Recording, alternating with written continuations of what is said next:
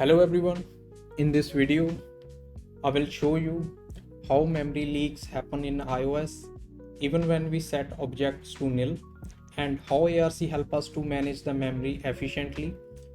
So before jumping to the code, let's understand memory leaks first.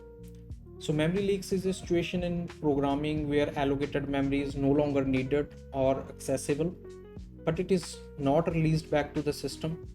So this causes a gradual increase in used memory, potentially leading to reduced performance and application crashes. So to prevent this, ARC provides references to control object ownership and lifecycle. So let's start by creating a strong reference cycle and see how it leads to memory leaks.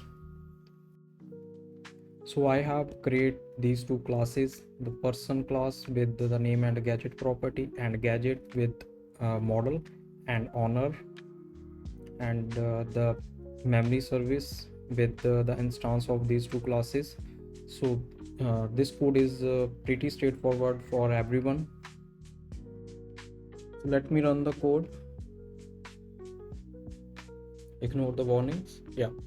So in the terminal, you can see the both class instances are initialized and deinitialized automatically because the ARC deallocate them once this function scope end here, because the both the instances are within this function. So let me change the person instance to global within this concrete class.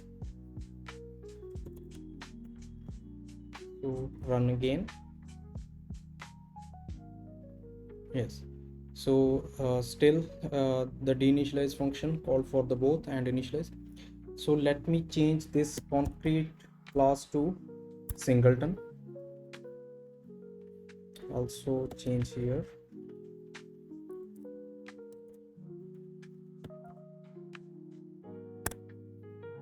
So yes,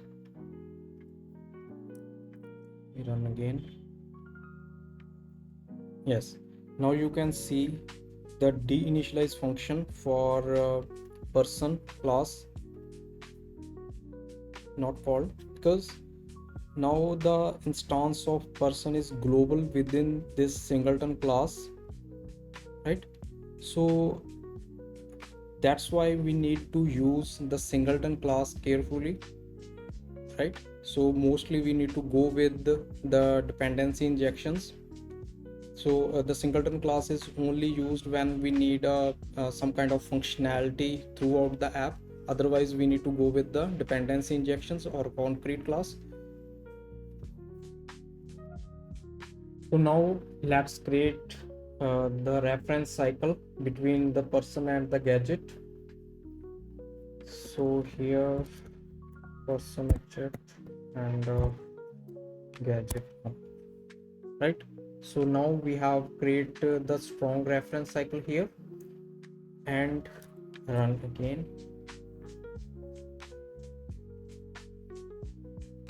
Yes. So now the deinit functions are not called for both these classes. Let me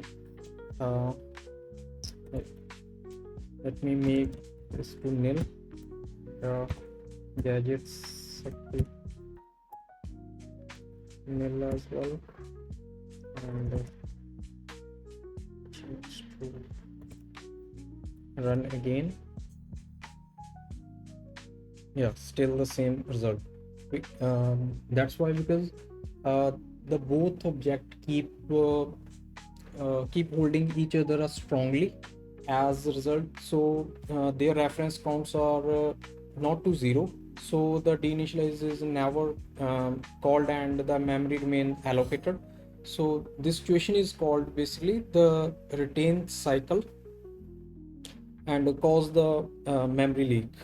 Yes. So even though I have set the both object to nil, but the retain cycle still prevent ARC from deallocating the resources. So now we have to change the property like we have to mark the property with the weak reference. So since the weak reference do not increase the reference count, so the retain cycle is broken and ARC can successfully deallocate the both objects. So let me change this to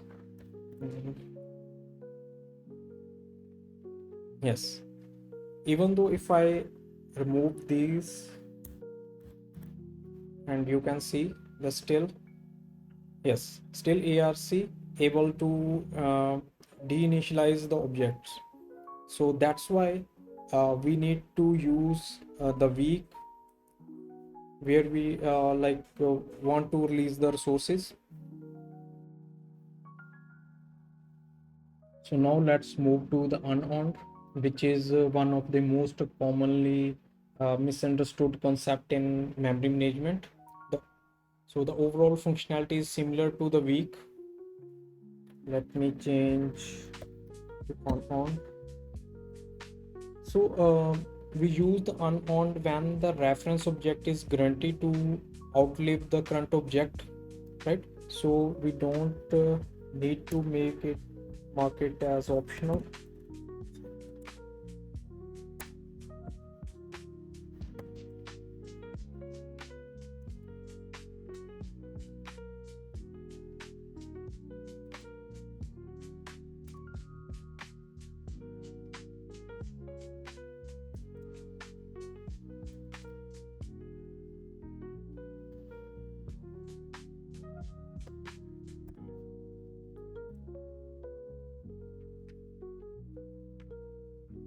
Yes.